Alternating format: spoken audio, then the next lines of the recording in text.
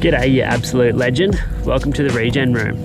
This is a place where we can learn from scientists, CEOs, and First Nations people so that they can share knowledge with us about different regenerative living practices. You'll want to grab a pen and paper because there's going to be heaps of insightful information and you won't want to miss out. We'll see you in there. Welcome to the Regen Room. I'm sitting here with Warren Roberts. Warren is a proud Dunghutti man and the founder of Yarn Australia. And Yarn Australia is an organisation that aims to bridge the gap between Indigenous and non-Indigenous Australians through conversation. How you going, Warren? Yeah, I'm all right. Before we start today, I just want to acknowledge that I'm here on the Sunshine Coast on Gubbi Gubbi land. I just want to pay my respects to elders past, present and emerging. Yeah, great. I'll just acknowledge the Gadigal Wangal people of the Eora Nation and pay our respects to the elders both past and present. Thanks, Warren. So if you're watching this, you might know that Warren and I were working together on the big bike ride. Warren was a big supporter and we were going to work together to hold yarning circles around the country in different communities. And obviously that can't happen now because of the coronavirus. So we're evolving into a new form of conversation. So Warren's come on here today to answer a few questions and share a little bit of knowledge about his culture. So yeah, thanks for coming on, Warren. And let's actually start off with the question around what does it mean to have an inclusive conversation? It's a willingness to participate in an open and honest, intentional conversation. For me, I believe through storytelling. Yeah, that's something that you've we've been doing some workshops together and you've taken me through some storytelling courses, and I've found it really valuable to first understand your own story. Then once you own that story, then are you only able to listen to the stories of others and understand those. So yeah, that's something that you've taught me that's been really valuable. Yeah, and when you begin to practice intentional storytelling from your own perspective, you start to understand those principles of listening, understanding, being open-minded, because your story will have all those particular values that that your family and your community grew up with, but we don't necessarily talk about them as a way of being in our world. We more or less stick to our jobs and our titles and those type of things, and not necessarily talk about those core values. But when you practice reflecting on those things and being confident in sharing those stories, you end up creating an inclusive community of people based on your gifts and talents and passions and stuff like that. For sure, yeah. The jobs and the other titles are kind of just stories that we're telling ourselves currently, but the deeper stories, like of our ancestral lineage, and those are much more interesting stories to look into and uncover, because then you learn stuff about yourself. I've learned stuff about myself over the last few months just through inquiring with my family about what our history looks like. And so yeah, I've grown up as a white Australian. I'm claiming to be an Australian. Then I inquire into my mum's side of the family. I find out we're from Germany there, and I inquire my dad's side of the family, and they're from Ireland. My last name is Holiday, but it's not actually supposed to be Holiday. It's supposed to be O'Connor, which is what I found out through inquiry into family history. It's just really interesting to just get a better grasp of where you're actually from, over the course of your ancestral lineage. Definitely super interesting. Yeah. So if we can inspire more Australians to practice that simple approach, they begin to then understand the significance and cultural aspects of First Peoples and our stories. it's not about imposing what I believe onto anyone. It's basically sharing who I am and where I'm from and why that's important to me. You know, and I don't want it to be a lecture or me preaching with that. We want it to be a co-created space, and for that to happen, we need to both share. And so I inspire more Australians to be storytellers, because as First Nations Australian, we are storytellers. We don't have a written language. Everything is told through story. So if you want to connect and have a deep and meaningful relationship with First Peoples, what I encourage you to do is become a storyteller. You know, by learning at your own story. Definitely. Yeah, that's something that I've learned over the last few months in particular. There was I came to one of your workshops earlier in the year on the 26th of January, actually, and it was a workshop around caring for country. And I came to that because of my own interests. But when I was there, I learned so much more than what I expected to learn about, you know, Indigenous culture and caring for country. And I just wanted to ask you if you could just touch quickly on what it means to you to care for country. Yeah. So for me, it's a practice as an Aboriginal man. So we have these things called protocols and responsibilities. It's not a bunch of rules that we have to follow. It's basically part of us. So, you know, all the different things that we have in our culture, like our totems and things like that, that's about us caring for country, you know. So my totem is a personal totem is a kookaburra.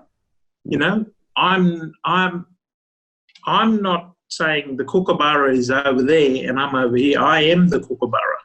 You understand?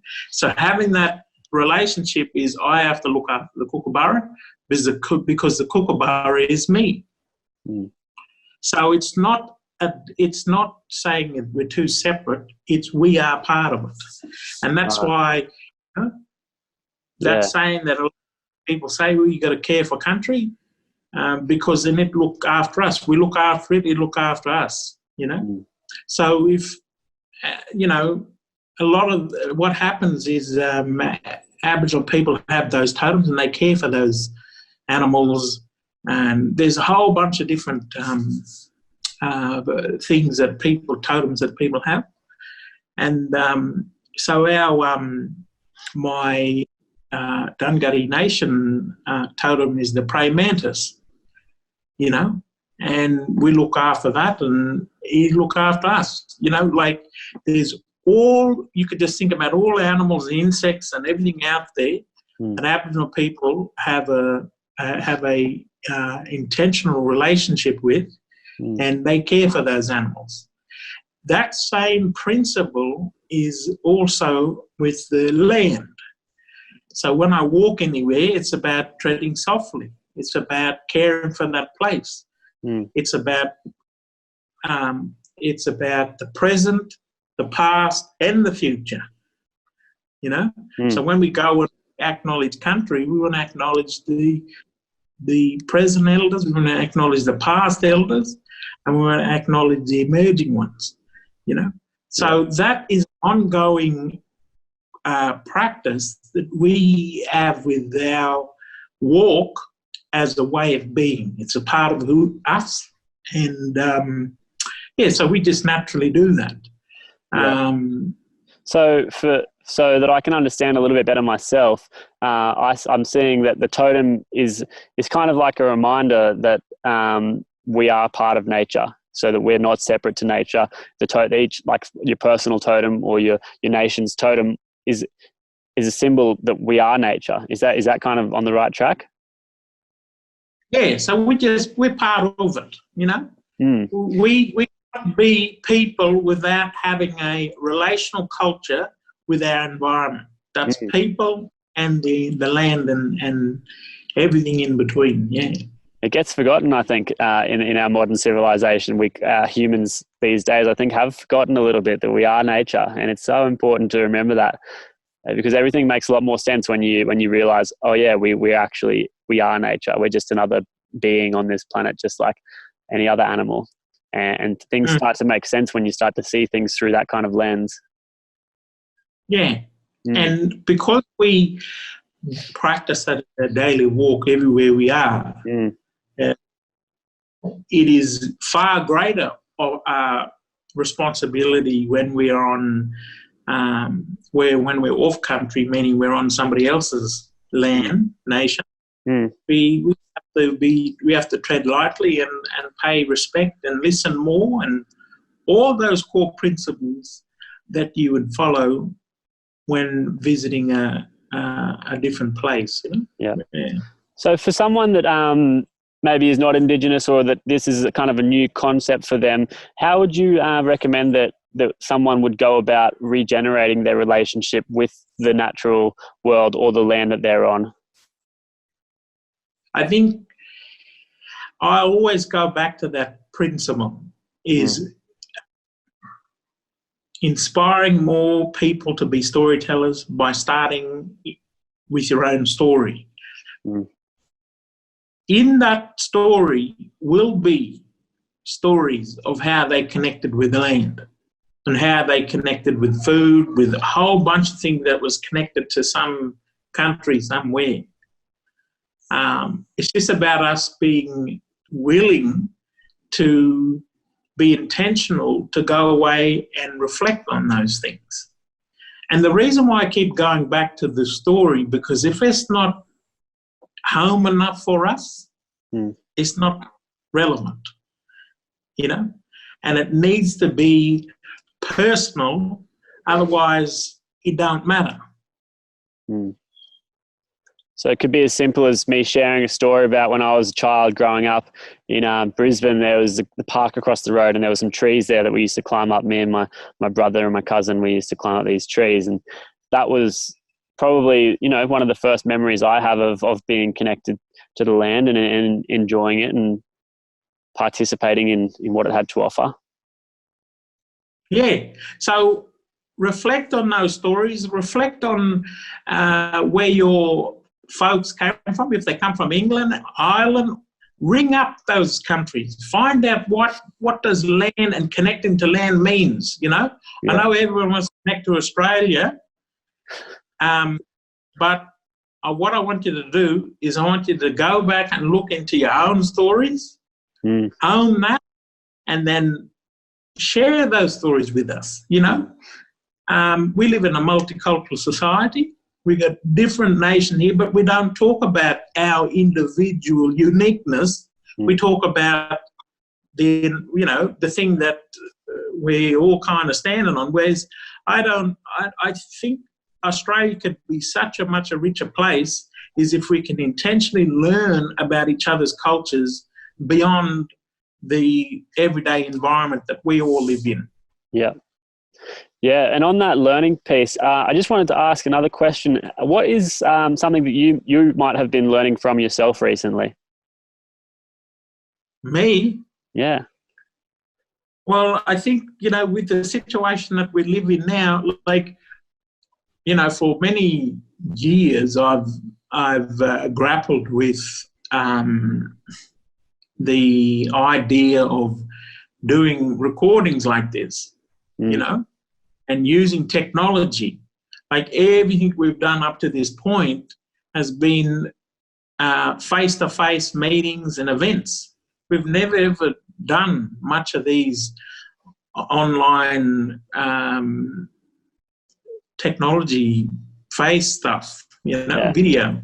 Yeah. So because of the environment now that we're in, it is now required us to adapt to the space that we're in at the moment. So one thing that I think that, you know, a blessing is using this technology is, you know, we don't have to drive our car anywhere. We don't have to book any venue. We don't have to book catering. We don't have to book a whole bunch of things. We could just send out a calendar invite Mm. and, press record. Like it is simple as that, and you can, how I look at it, nobody got any excuse not to. That's it. Join in on the call or join in on the teleconference because it's simple as clicking a button. Mm. Yeah, so that's one thing that I now, in that practice of doing it, see the value in technology as a way of, another way of caring for country. I don't have to drive the car anywhere. Yeah. That one little, it's not a whole bunch of things, but if all of us are doing it, you're seeing the impact of it around the world with the different pollution going away and seeing blue skies and stuff like that. Pretty good, isn't it? Yeah, but that's the biggest thing that's that I've been challenged by. Yeah. And I think everyone is in that same predicament. I just think that it allows us to then reflect intentionally how do we use technology to further the conversation. And so one particular project that I'm working on at the moment is inspiring more Australians to be storytellers. And so I'll be hosting online workshops for Australians that want to be storytellers. So I work at the moment, I've engaged with Aboriginal and Torres Strait Islander people from around Australia, from Perth to the Torres Strait Islands, all over Queensland and Victoria. And we're all getting together, once a month, having one another. And we're all in different parts of Australia. That's amazing we can do that with the technology, Definitely, yeah. So there's still a lot of opportunities for connection, even though we are separated, which is beautiful, I guess. Yeah. Yeah. And one final question for you, Warren. If you had one piece of advice to give to Australians, what would that be?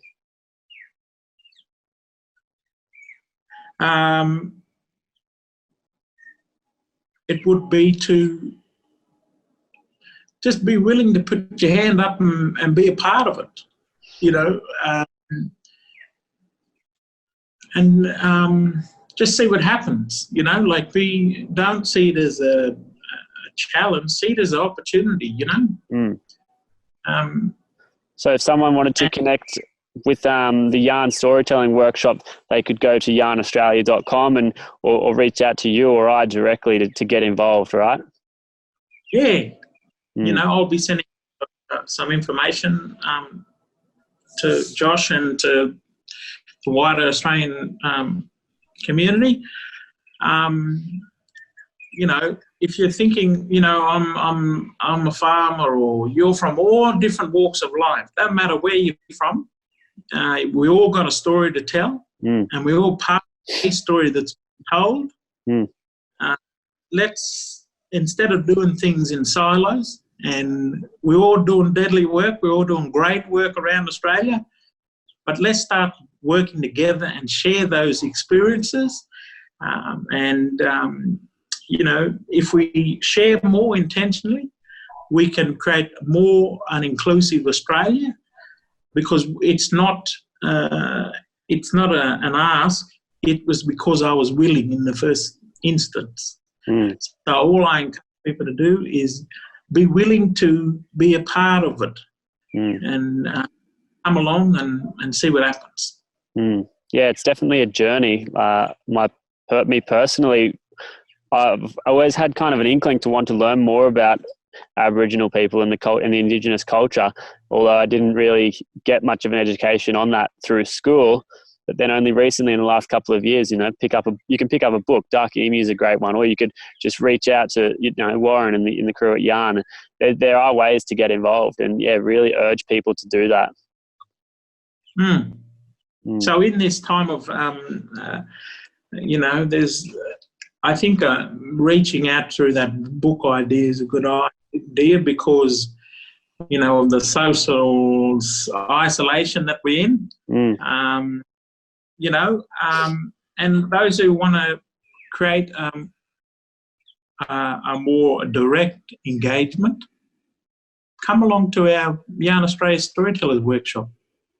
Be a part of creating more intentional conversations and dialogue within Australia. And once everything goes back to the same old way that we've always done it, we can then host more of those face-to-face meetings and things like that. But let's not see this opportunity of no contact as a time to relax. See it as an opportunity to go, hey, let's be a part of a virtual conversation to build up our capacity and our confidence to build those relationships face-to-face when that time comes. Yeah, now is not a time to Netflix and chill. I feel like it's definitely a time to engage and to be curious and to ask questions of what's happening in the world and what kind of future we want to create. Now is definitely a good time to do that. So yeah, thanks so much, Warren, for coming up, and thanks so much for all of your support through the Big Bike Rider now into Regen Room and into the future. I really look forward to keeping this conversation going with you. No worries, let's do it. Yeah. So if anyone wants to check out Warren, you can go to yarnaustralia.com or just go to Facebook or Instagram, Yarn Australia, and you'll be able to get in contact with him or just message me directly and I can link you up. But yeah, thanks again, Warren. Really appreciate it, mate. No worries. See yous. Take it easy.